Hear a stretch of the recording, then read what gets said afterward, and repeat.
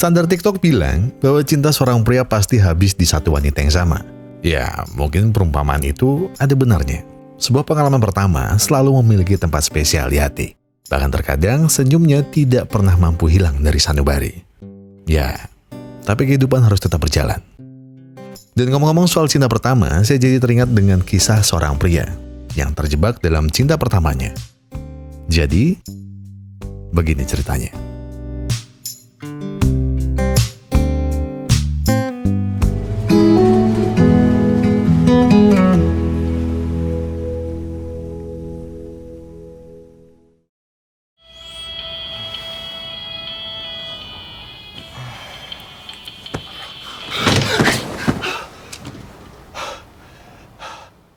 Namanya Jimmy, seorang pengangguran yang kebetulan baru dapat kerja jadi pelayan karaoke di sudut kota Taiwan. Jimmy ini bisa dibilang ya kayak Daud lah. Tinggi, tampan, hobinya main basket dan juga gamer yang skillnya mematikan. Tidak jarang pesona Jimmy ini ya lagi-lagi kayak Daud, yaitu mampu memikat hati setiap perempuan.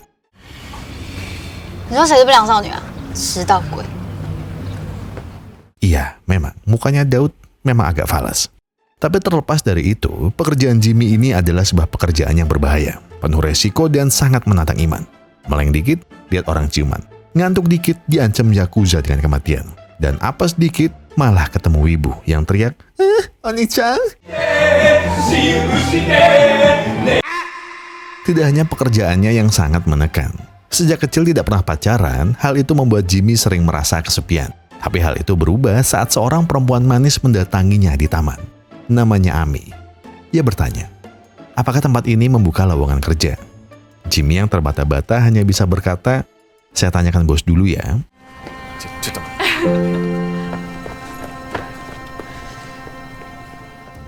Tidak butuh waktu yang lama, bosnya pun sepakat menerima Ami bekerja. Selain itu, karena Ami berasal dari Jepang dan diantara mereka hanya Jimmy yang bisa bahasanya, maka ia harus membimbingnya. Jimmy segera mengantarkan Ami menuju kamarnya. Di sana, Jimmy yang masih polos dan tidak pernah menyentuh wanita hanya bisa diam 1000 bahasa. Tiba-tiba Ami bertanya, apa anime kesukaannya? Mendengar kata anime, jiwa wibu Jimmy pun menggelora. Ia pun langsung bercerita bahwa Boruto lebih hebat dari Zoro. Matamu kayak gelut weh. Ami pun tertawa mendengarnya. Merasa sudah akrab, Jimmy balik bertanya, sampai kapan Ami menetap di sana? Dengan tegar Ami berkata bahwa mungkin ia akan menetap cukup lama. Ya, setidaknya sampai ia puas dengan perjalanannya. Kedatangan Ami malah menjadi sebuah berkah untuk karaoke ini. Sejak adanya Ami, seluruh orang dari penjuru negeri ingin berkunjung kemari. Tidak ayal jika bosnya menyebut Ami adalah sebuah sensasi. Hari itu pendapatan karaoke melambung tinggi. Bosnya yang senang dengan pekerjaan Ami memujinya setengah mati. Ami pun hanya berkilah bahwa ini adalah hasil didikan Jimmy. Dengan tetap sok cool, Jimmy berkata, itu adalah hal yang mudah. Gak mau Jimmy terus kepedean, bosnya pun langsung mengajak mereka makan-makan. Di sana, mereka menghabiskan waktu dengan riang gembira. Bosnya bertanya, apa alasan Ami pergi dari negaranya? Apakah untuk sekedar menelisik jati diri? Atau demi menyembuhkan hati? Tanpa menjawab, Ami segera mengeluarkan sebuah buku. Yang di dalamnya, Ami menggambar setiap momen yang ia rasakan di sana. Ami bilang bahwa ia tidak punya tujuan. Tapi, bukankah hal paling menyenangkan dari sebuah perjalanan adalah perjalanan itu sendiri? Jadi bisa dibilang, aku bukan mencari sesuatu, namun sedang menikmati seluruh waktu. Melihat lukisan Ami yang indah, Jimmy berkata, apa sebaiknya mural jelek di depan karaoke mereka digambar ulang saja? Merasa bahwa itu ide bagus, Pak Bos bertanya, apakah Ami mau membantu mereka? Setelah keseruan malam itu, teman-teman Ami yang sudah teler pun saling berpamitan. Karena Bu Eko dan Wati harus ngalang jauh untuk mengantar Ami, maka Jimmy pun yang harus menggantikan mereka. Dengan masih aja sok cool, Jimmy bilang, "Mudah tata." Baik kan. Malam itu, Ami bilang bahwa ia belum mau pulang. Jadi ia bertanya kepada Jimmy tempat indah mana yang biasa Jimmy datangi. Bagi Jimmy yang jarang keluar, semua tempat terasa biasa aja. Namun mungkin Ami akan menyukai tempat-tempat ini. Mereka berdua pun berkeliling kota, jajan di pasar malam dan juga menikmati gemerlap lampu dari sebuah bukit. Tempat ini memiliki panorama yang luar biasa. Dan terlihat sepertinya Jimmy mulai jatuh cinta. Apakah Jimmy sering datang kemari bersama pacarnya? Tanya Ami. Dengan malu-malu Jimmy bilang bahwa dirinya sampai sekarang masih seorang perjaka. Kalau soal itu sih Ami sudah tahu. Bukan karena Jimmy wibu. Tapi Ami bilang bahwa pria pemalu sepertinya mungkin punya kriteria wanita yang sempurna. Iya, Jimmy memang memiliki kriteria yang sempurna. Yaitu dirimu, Ami. Terkejut dengan perkataan Jimmy, Ami segera berkata bahwa Jimmy harus memiliki mimpi. Hingga saat Jimmy lelah menggapainya, mereka harus kembali bertemu. Jadi, simpan perasaanmu. Jaga hal itu untuk menggapai mimpimu. Dan setelahnya, mari bertemu kembali denganku. Ucapan Ami malam itu membuat hidup Jimmy berubah 180 derajat. Ia tidak lagi terlambat. Ia juga mulai belajar dengan giat. Keluarganya pun senang dengan perubahan Jimmy yang sangat cepat. Bahkan Jimmy melakoni pekerjaannya dengan lebih baik dari sebelumnya. Namun karena adanya rasa cinta, terkadang membuat lelaki menjadi gelap mata. Walaupun Jimmy tahu itu adalah pelanggan mereka, namun ia tidak tahan dengan perasaannya. Ia muak melihat Ami yang terus-menerus digoda. Sampai akhirnya,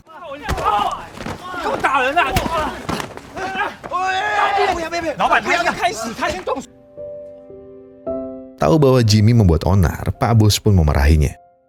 Ia bilang kalau jadi cowok itu jangan kebanyakan baca manga. Namun Ami hanya berkata, terima kasih kepada Jimmy.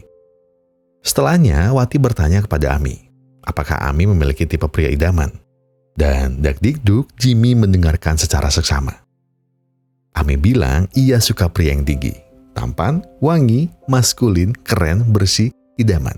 Ya, kayak Daud. Jimmyとは真逆だね。そうですね。Di bagian tingginya enggak sih kayaknya. Jimmy yang terlihat cemburu dengan jawaban Ami itu pun segera membalas jika ia juga punya tipe wanita idamannya. Yaitu tinggi putih, seksi, bemper depan dan belakangnya pun berisi. Ami yang tergelitik dengan jawaban Jimmy hanya bisa mengiyakan dan bilang, semoga sukses menemukan wanita idamanmu itu. Malamnya saat mau pulang, Jimmy yang kelupaan bawa kunci memutuskan untuk kembali. Namun saat melewati kamar Ami, ia mendengar kegaduhan dari dalam. Entah dengan siapa Ami berdebat. Yang pasti, perdebatan itu terdengar seperti sepasang kekasih yang saling mengadu gengsi. Jimmy yang terlihat patah hati pun mengajak rekannya yang bernama Uus untuk mampir ke rumahnya. Di sana mereka memainkan Tekken 3. Namun bukan itu intinya. Di sana Jimmy curhat mengenai Ami. Uus bilang, meskipun sebenarnya Ami sudah memiliki tambatan hati, tidak ada salahnya jika dirimu mencobanya. Walaupun spek idaman Ami adalah Daud penulis saya, kayaknya enggak. Tapi itu tidak apa-apa.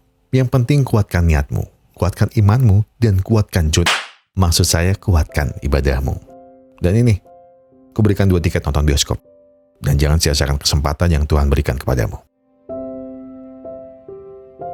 Paginya, Jimmy segera mendatangi kamar Ami. Di sana Jimmy kembali menguatkan hati. Berulang kali dia berbisik agar berani mengajak Ami untuk kencan esok hari. Namun karena Jimmy nggak pernah punya pacar sama sekali, ia pun Jimmy berulang kali meminta maaf kepada Ami. Tapi itu nggak apa-apa. Yang penting lain kali jika dirimu ingin bertemu, minimal salam dulu ya, Tik ya. Lalu dengan terbata-bata, Jimmy memberikan makanan kepada Ami. Seraya bilang, apakah esok hari Ami punya waktu luang untuk pergi bersamanya? Ami yang sudah tahu bahwa ini adalah ajakan kencan langsung bertanya, emang mau kemana mereka? Jimmy segera menyodorkan 2 buah tiket nonton yang didapatnya.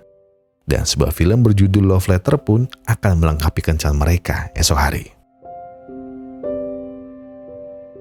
Dan iya, seperti umumnya remaja yang sedang dimabuk asmara, Jimmy pun mulai mempertampan dirinya. Belajar bahasa Jepang lebih mendalam, mencari baju mana yang bagus untuknya, dan tidak lupa membaca tutorial kencan untuk pemula. Olah Jim podo koyok Daud Pekok.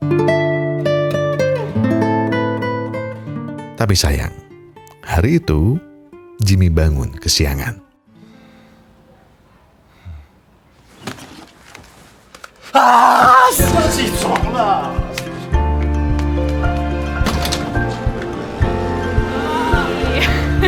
髪ボサボサだけど。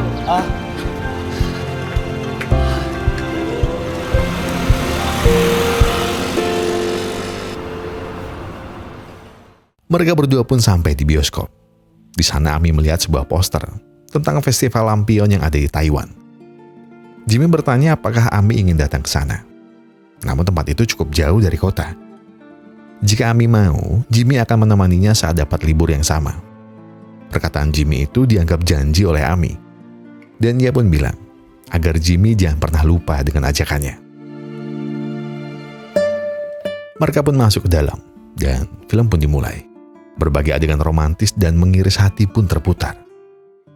Tanpa sadar, Jimmy meneteskan air matanya. Terhanyut dengan lantunan film yang begitu menyayat jiwanya. Dan tanpa sadar juga, Ami ikut menangis di sampingnya. Setelah itu Jimmy dan Ami pun pulang. Ami bercerita bahwa pemandangan di film tadi seperti kota kelahirannya. Penuh dengan salju dan penuh dengan rindu. Ami tahu bahwa perjalanan ini adalah pilihannya. Dan Ami tahu bahwa rindu adalah konsekuensinya. Tapi tidak apa-apa. Terima kasih Jimmy. Kau telah membuat hariku menjadi bahagia. 谢谢。じゃあ、そろそろ寝よう。晚安、ジミー。はい。また明日。 Namun sepertinya hari itu adalah hari kencan pertama dan terakhir untuk Jimmy. Karena besoknya Ami bilang bahwa ia akan kembali ke tanah kelahirannya, Jepang. Jimmy yang masih syok itu bertanya, apa alasan Ami untuk kembali? Apakah memang sudah waktunya atau karena urusan cinta? Ami menjawab bahwa ia akan bertunangan tahun ini. Jadi ini adalah keputusan yang terbaik yang Ami bisa lakukan sekarang. Dengan emosi, Jimmy pergi dari tempat itu. Soka. Omedetou.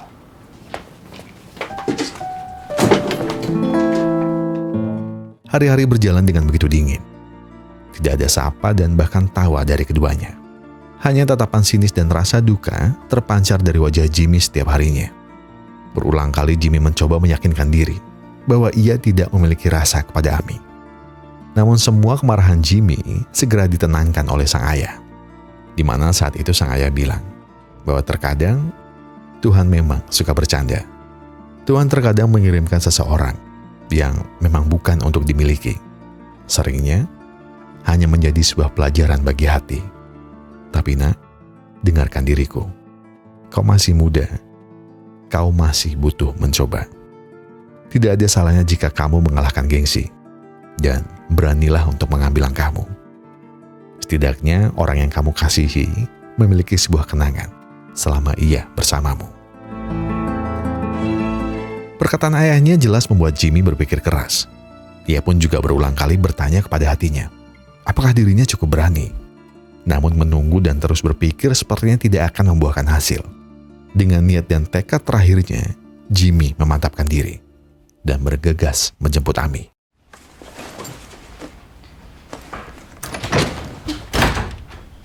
Hai.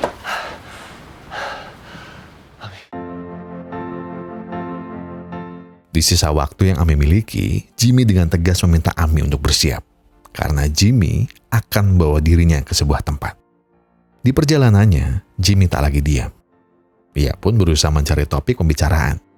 Jimmy menawarkan Ami mendengarkan sebuah lagu. Lagu yang pastinya Ami sukai. Terhening dalam lantunannya, Jimmy tiba-tiba bilang bahwa ia tidak ingin Ami pergi dari hidupnya. Mungkin Ami tidak mendengar. Namun itulah yang Jimmy inginkan. Mereka pun sampai di tujuan. Sebuah stasiun yang sangat ramai dengan kerumunan. Di sana mereka berdua terhimpit oleh ratusan orang. Takut Ami terpisah darinya, Jimmy dengan berani segera menggandeng tangannya. Ternyata Jimmy menepati janjinya dengan membawa Ami ke sebuah festival lampion. Mereka masing-masing menuliskan mimpi mereka di sana, di mana Jimmy menulis bahwa ia berharap bisa segera menemukan mimpi dan mewujudkannya.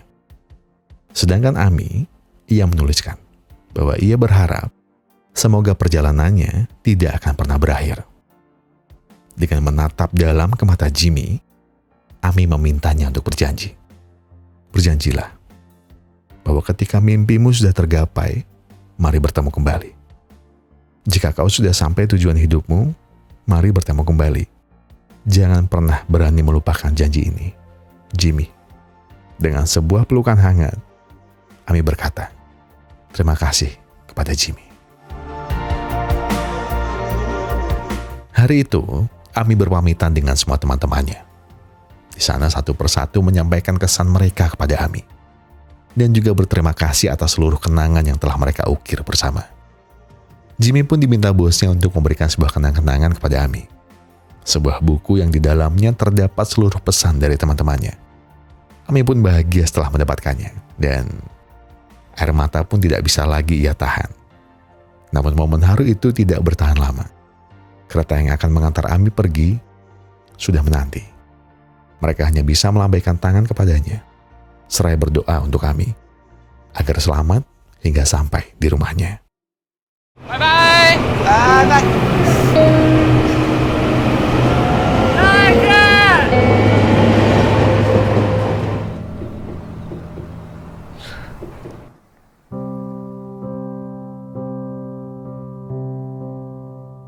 Beberapa bulan setelah perpisahan itu, Jimmy diterima di sebuah universitas ternama.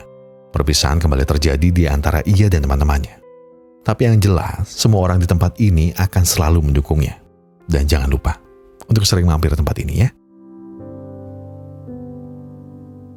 Kehidupan Jimmy yang semula berantakan dan tidak punya tujuan, kini telah berubah. Ia mulai menata tujuannya. Dan itu semua berkat hadirnya Ami. Jimmy pun berkuliah seperti mahasiswa sebayanya. Dan di tempat itu, ia bertemu dengan seseorang yang benar-benar membantunya mencapai mimpi. Namanya Aaron. Mereka berdua memiliki banyak kesamaan. Selain suka bermain game, Aaron juga memperkenalkan Jimmy dengan pemrograman. Dan oleh karenanya, kini Jimmy tahu apa yang harus dia lakukan. 大白本风，超爽的！希望先帮我一下，是。我忙到甚至没有时间回想过去的事。第一个女朋友，再也没有见到你了。不帅。在我们第一款游戏完成的时候，我试着打电话给你。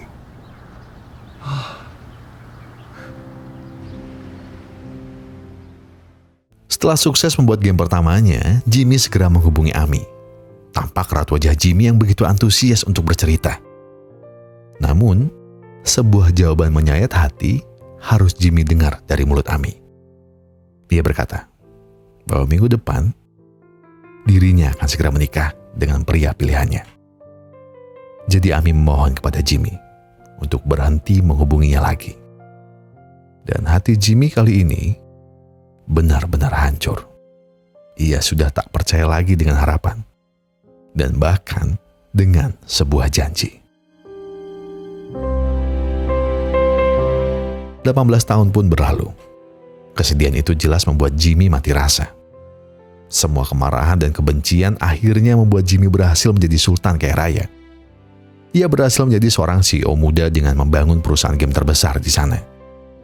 Namanya pun mulai melalang buana di mana-mana. Tapi, kesuksesannya masih saja terasa hampa. Bahkan ketika sang investor bertanya mau dibawa kemana perusahaan ini, Jimmy hanya menjawab bahwa ia sudah tak lagi ingin melakukan apa-apa. Aaron yang bingung dengan sikap Jimmy lalu bertanya, apa yang sedang mengusik pikiran temannya itu? Jimmy bilang ia bingung. Ia bingung kenapa dirinya tidak bahagia. Padahal kini ia telah memiliki semuanya. Ia bisa membahagiakan keluarganya, teman-temannya, dan bahkan memberikan ladang rezeki untuk sesama. Tapi ia tetap hampa. Seluruh hal yang Jimmy sudah lakukan seperti sia-sia. Hari itu, Jimmy memutuskan untuk pulang ke kota asalnya. Tempat di mana ia dulu dibesarkan. Tempat di mana ia tumbuh dan belajar banyak hal. Dan juga tempat di mana dulu ia merasakan cinta pertamanya. Di rumah, sang ayah memberikan nasihat bahwa pepatah tua Cina pernah berkata, berhenti sejenak untuk mempersiapkan perjalanan panjangmu. Yang memiliki arti, setiap perjalanan itu perlu yang namanya berhenti. Bukan untuk mengakhiri, namun untuk menelisik diri sendiri. Dalam sebuah perjalanan, kita pasti harus mempersiapkan semuanya. Dan terkadang, di tengahnya kita harus kembali meninjau. Seberapa jauh langkah kita, seberapa letih badan kita, dan seberapa banyak hal yang sudah dikorbankan demi tujuan kita. Setelah semua itu selesai, silakan lanjutkan langkahmu. Karena yang paling menyenangkan dari sebuah perjalanan bukanlah ujungnya, tapi perjalanan itu sendiri. Kalimat ayahnya seketika menyadarkan Jimmy. Ia pun mulai membuka kembali kotak kenangannya. Sebuah kotak yang ia simpan, yang berisi seluruh memorinya bersama Ami. Di sana ia menemukan foto bersama teman-temannya. Tidak hanya itu, di saat terakhirnya, Ami masih sempat memberikan secarik surat kepada Jimmy. Surat itu berisi seperti janji mereka berdua, bahwa suatu hari nanti, ketika Jimmy telah menggapai mimpi, Ami ingin bertemu lagi.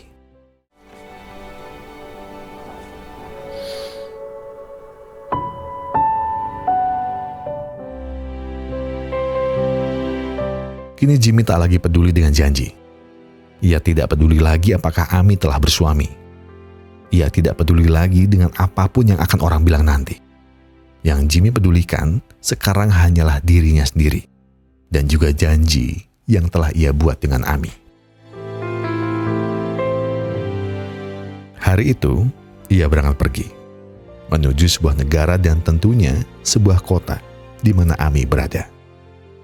Di sepanjang perjalanan, ia menemui banyak hal. Tidak lupa Jimmy mengabdikan setiap tempat yang ia singgahi dan mencatat nama setiap orang yang ia temui.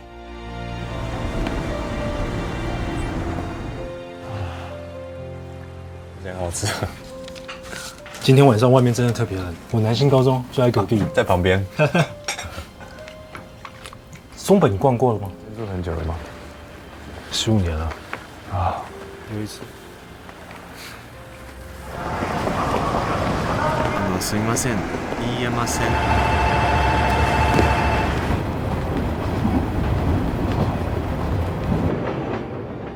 Berbagai macam orang, momen dan juga kisah ia dapati. Mulai dari pertemuannya dengan Pak Liu penjual ramen, yang ternyata satu kampung halaman. Lalu anak muda bernama Koji, yang kabur dari rumahnya untuk mencari kebebasan. Sampai pertemuannya dengan Yukiko, yang ternyata fans berat dirinya. Semua pertemuan itu secara tidak langsung menggambarkan setiap momen yang dulu ia pernah habiskan bersama Ami. Momen yang selalu membekas, yang ingin Jimmy ulang kembali. Hinggalah Jimmy tiba di sebuah kota bernama Tadami. Kota yang dipenuhi salju persis seperti film yang pernah mereka tonton dahulu. Jimmy pun menanyakan perihal Ami kepada orang-orang yang ada di sana. Sepertinya Ami cukup populer di kota, dan hampir semua warga tahu cerita Ami. Pria tua ini pun menawari Jimmy tumpangan, karena jika jalan kaki, rumah Ami dirasa cukup jauh jaraknya. Amiちゃんには台湾の話よく聞かされたな。いやー、旅はいいよな。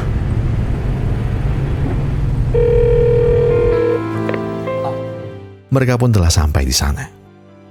Pria tua itu segera memanggil ibu Ami dan memperkenalkan Jimmy kepadanya. Setelah tahu bahwa Jimmy adalah pria yang selama ini anaknya ceritakan, sang ibu segera mempersilahkan Jimmy masuk dalam rumahnya. Dengan sebuah suguhan sederhana, ibunya berkata bahwa dari dulu Ami sering menceritakan tentang pengalamannya di Taiwan dan banyak bertemu orang yang berharga. Mereka semua adalah orang yang baik. Terlebih lagi, seorang pria bernama Jimmy yang pernah membuat janji dengan Ami. Dengan hati yang sudah rindu, Jimmy bertanya, apakah ia diizinkan bertemu dengan Ami? お顔見せてあげて。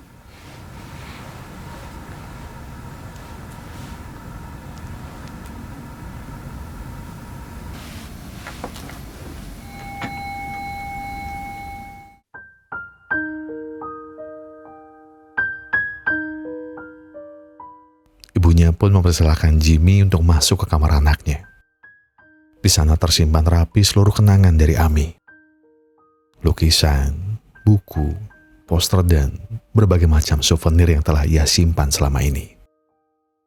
Tidak lupa foto-fotonya bersama orang-orang yang ia kenali secara tidak sengaja. Foto-foto bersama orang-orang yang dengan lapang hati menerimanya sebagai keluarga.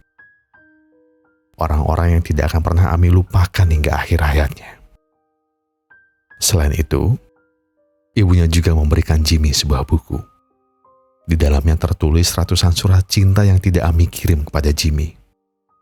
Ami menuliskan maaf berulang kali. Ami meminta maaf tidak bisa menemui Jimmy. Ami meminta maaf sudah berbohong kepada Jimmy.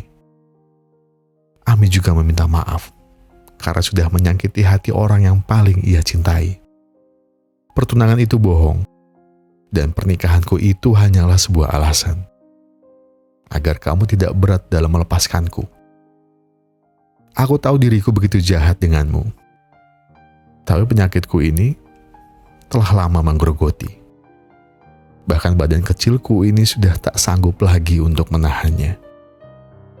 Aku bilang aku suka berkeliling dunia, namun nyatanya aku hanya pergi ke kotamu saja. Aku bohong dan terus berbohong. Namun Jimmy, di bagian aku mencintaimu. Kalimat itu keluar tulus dari hatiku. Air mata Jimmy luluh lantah basahi pipinya. Ia seakan tidak percaya orang yang selama ini ia cintai menahan rasa sakitnya seorang diri. Ia tidak percaya bahwa seseorang yang mengubah hidupnya telah pergi selamanya. Mengapa, Ami? Mengapa? Mengapa dirimu hari itu tidak datang ke hidupku? Mengapa dirimu susah payah mengubahku? Mengapa dirimu memberiku sebuah harapan? Dan mengapa kau malah pergi meninggalkanku sendirian sekarang? Aku telah mencapai semuanya. Aku telah mewujudkan mimpiku. Dan bukankah itu seperti permintaanmu? Kita berjanji akan saling bertemu. Kita berjanjikan, Ami. Kita sudah berjanji, dan kenapa kau mengingkari? Di halaman terakhir buku itu, Ami menuliskan, jika suatu hari Jimmy datang dan Ami sudah tiada, maka Jimmy harus tetap melanjutkan hidupnya. Jimmy harus tetap menjadi pria hebat. Dan sebuah kalimat terima kasih Ami tuliskan di buku itu sebagai penutup. Terima kasih untuk semua kenangan yang sudah Jimmy ukir di hidupnya. Dan sekarang, silakan lanjutkan hidupmu, pria kesayanganku.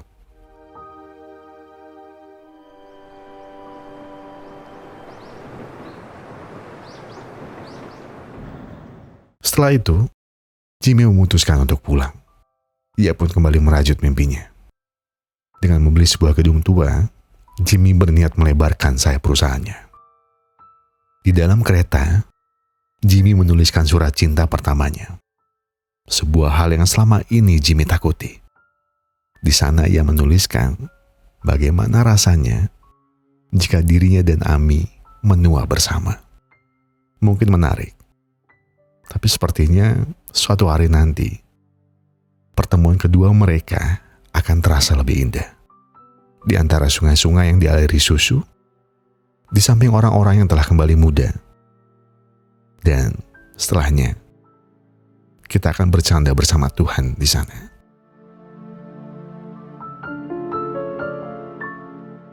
Cinta pertama bagi seorang pria. Cinta pertama mereka akan selalu kekal di jiwa. Bukan berarti tidak mampu beranjak dari situasi. Namun memang, setiap hal yang pertama kali kita rasakan pasti akan memiliki tempat spesial di dasar hati. Selain itu, bagi saya, kehilangan memang menjadi momen terpahit yang pernah saya rasakan. Memang rasanya berat. Gak mudah sama sekali, dan seakan saya berpikir semua cobaan tiada hentinya. Hingga hingga hari itu tiba. Tapi teman saya pernah bilang ke saya begini, bahwa mungkin Tuhan lebih merindukannya. Mungkin cinta Tuhan lebih besar dari cinta kita. Jadi kepergian seseorang terkadang bisa kita maknai sebagai cara Tuhan untuk mengungkapkan rindu kepada hambanya, dan juga sebagai pengingat kita untuk selalu memanfaatkan dan menikmati waktu yang ada.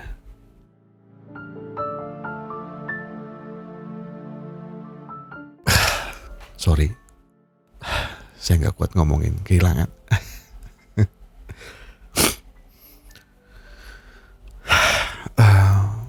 Tapi saya Gogun dan segenap tim Pusreng Epic Glory, atau sekarang saya bilang segenap keluarga sebatin, mengucapkan terima kasih untuk kalian yang sudah menonton video ini hingga akhir. Maaf kalau saya kesannya lebay atau apa, enggak. Saya sendiri nggak tahu kalau Daud nulisnya seperti ini, dan saya juga belum dikasih tahu filmnya apa. Jadi ketika saya baca, saya keinget banyak hal, termasuk kehilangan. Tapi sekali lagi terima kasih buat yang sudah memberikan like, terima kasih buat yang sudah memberikan komentar, sudah mensubscribe, dan juga sudah memencet tombol thanks-nya. Karena tanpa adanya kalian semua, kami tidak akan mencapai di titik ini. Dan saya nggak akan berkata banyak. Saya cuma mau ngingetin kalau hari kalian berat, duduk sebentar. Nggak ada yang buru-buruin kamu. Yang tenang, tarik napas, buang, seduh kopinya, ambil koreknya, dan sebatin aja dulu. Terima kasih.